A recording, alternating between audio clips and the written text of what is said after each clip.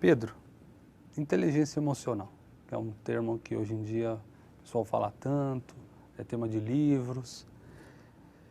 O que é inteligência emocional? Essa é uma ótima pergunta, porque, como você bem disse, é muito comum hoje em dia as pessoas usarem o termo inteligência emocional. Só que elas muitas vezes usam esse termo sem saber do que elas estão falando.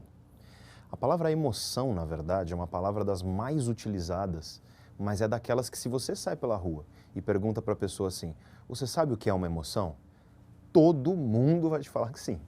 Mas aí você fala assim, então defina uma emoção para mim. E quase ninguém vai conseguir fazer uma boa definição.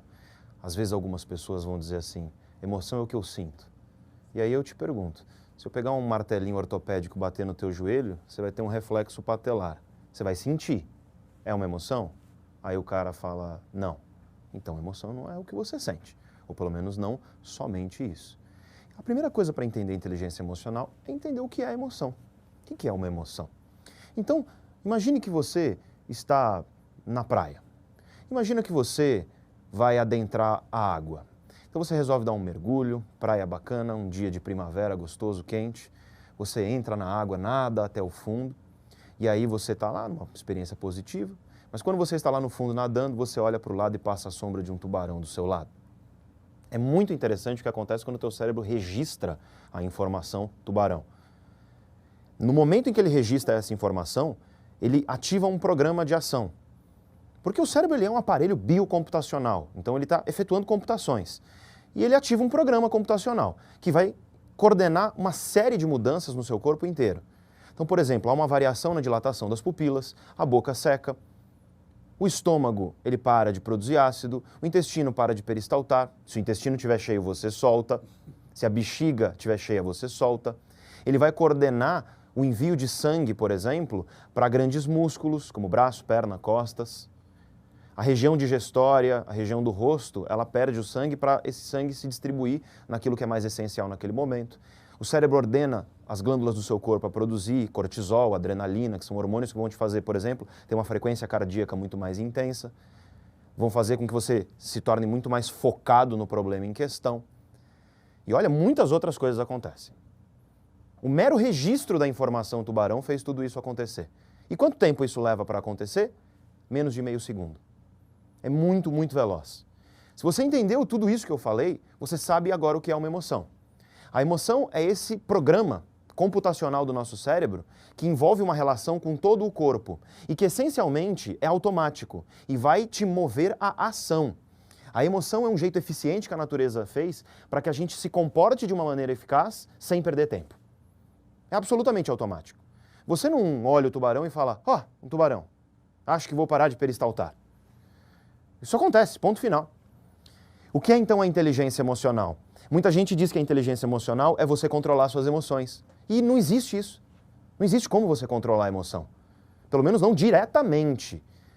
Você pode controlar certos comportamentos e esses comportamentos eles vão fazer com que haja uma alteração emocional.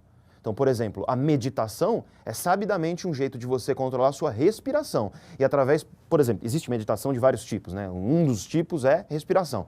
Você controla a sua respiração e com isso você vai fazer indiretamente alterações que são emocionais.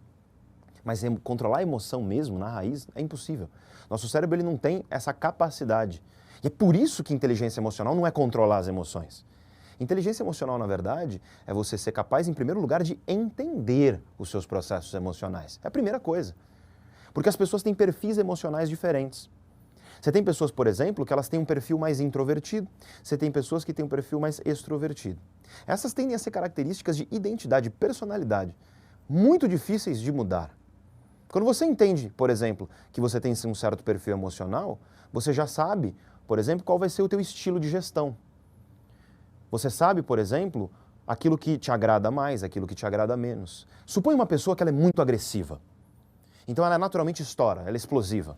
Ela está numa reunião e ela sente que ela está começando a ficar com raiva. Se essa pessoa ela é emocionalmente inteligente, ela vai ser capaz de identificar aquilo, saber que aquilo vai levá-la em breve a um comportamento prejudicial e, por exemplo, dizer para as pessoas, pessoal, vamos parar por uma hora e daqui a pouco a gente retoma essa conversa. E aí ela vai esfriar a cabeça e vai retornar para aquela conversa de uma maneira muito mais prudente, de uma maneira muito mais racional. Mas ela só fez isso porque ela teve a capacidade, a inteligência de compreender um processo emocional. A inteligência emocional, em primeiro lugar, portanto, é a compreensão de como as emoções elas ocorrem dentro de nós e dentro das outras pessoas. Em segundo lugar, é a compreensão das melhores formas de você agir mediante essa compreensão.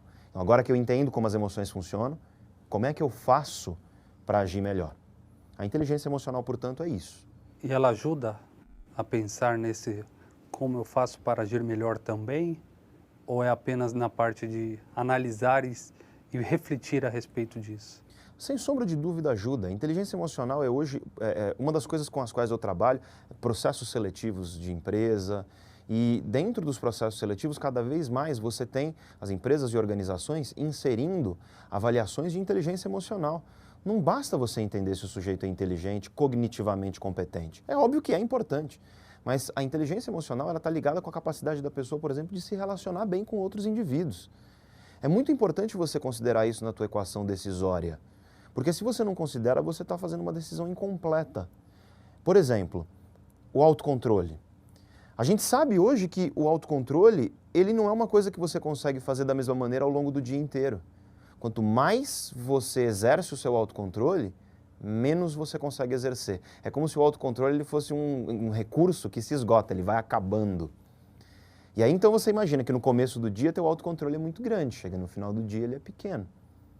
Aí você, por exemplo, como gestor, resolve criar uma reunião no final de um dia sobre um tema que é altamente estressante para as pessoas que estão ao redor. E você sabe que naquele time você tem, por exemplo, 2 indivíduos que eles são altamente explosivos e você tem outros 2 que eles são altamente sensíveis.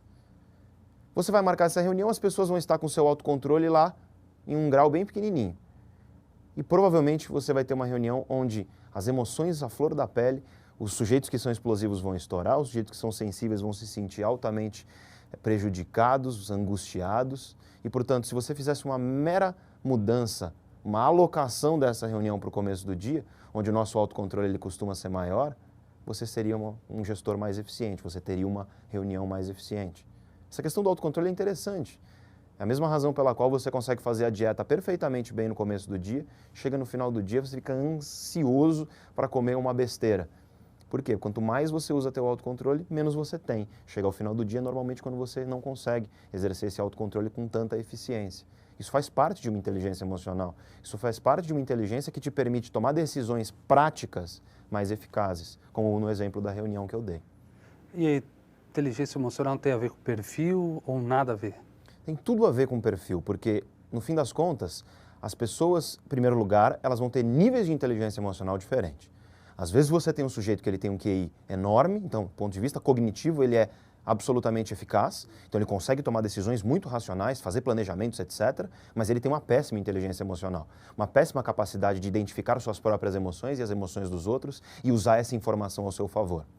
E, portanto, esse sujeito ele vai ser muito bom para alguns tipos de cargo e muito ruim para outros. Evidentemente, dentro de uma organização, você tem departamentos onde a demanda por inteligência emocional ela é muito grande. Tome, por exemplo, o departamento de RH, de recursos humanos. É um dos departamentos dentro de uma organização onde você deve ter um dos maiores níveis de inteligência emocional, porque é o departamento que vai literalmente lidar com o ser humano, com gente. E, portanto, você precisa de colaboradores que saibam lidar bem com seres humanos e, portanto, que tenham essa capacidade e essa inteligência.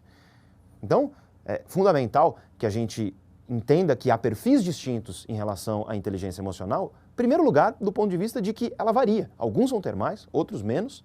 Em segundo lugar, que é possível você mudar isso.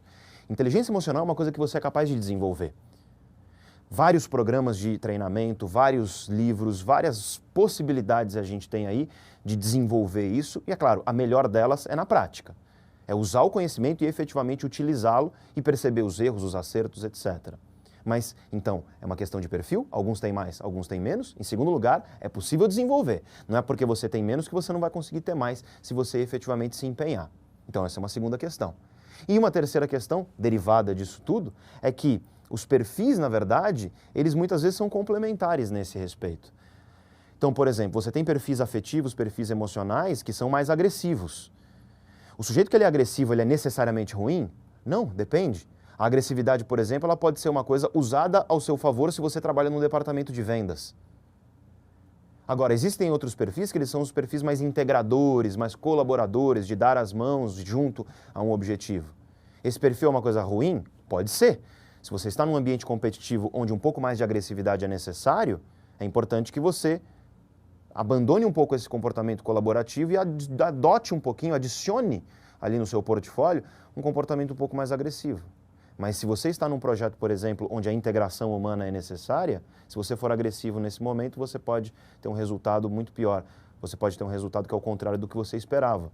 Então essa questão de perfil ela vai variar também na maneira como você adequa o indivíduo àquilo que ele está fazendo, ao projeto e ao cargo.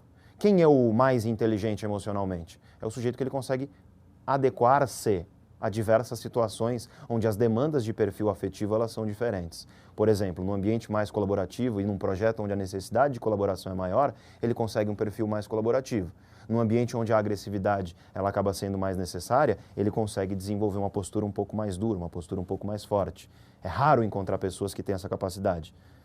Mas é importante olhar e buscar. Porque quando você encontra uma pessoa como essa, você está encontrando um colaborador que a eficácia dele vai ser com certeza muito maior do que a do sujeito que ele tem um programa emocional específico e ele não consegue sair muito dele. Perfeito, Pedro. Muito obrigado. Conversei agora com Pedro Calabres, professor da ESPM e sócio da Neurovox, especialista em psicologia e neurociência.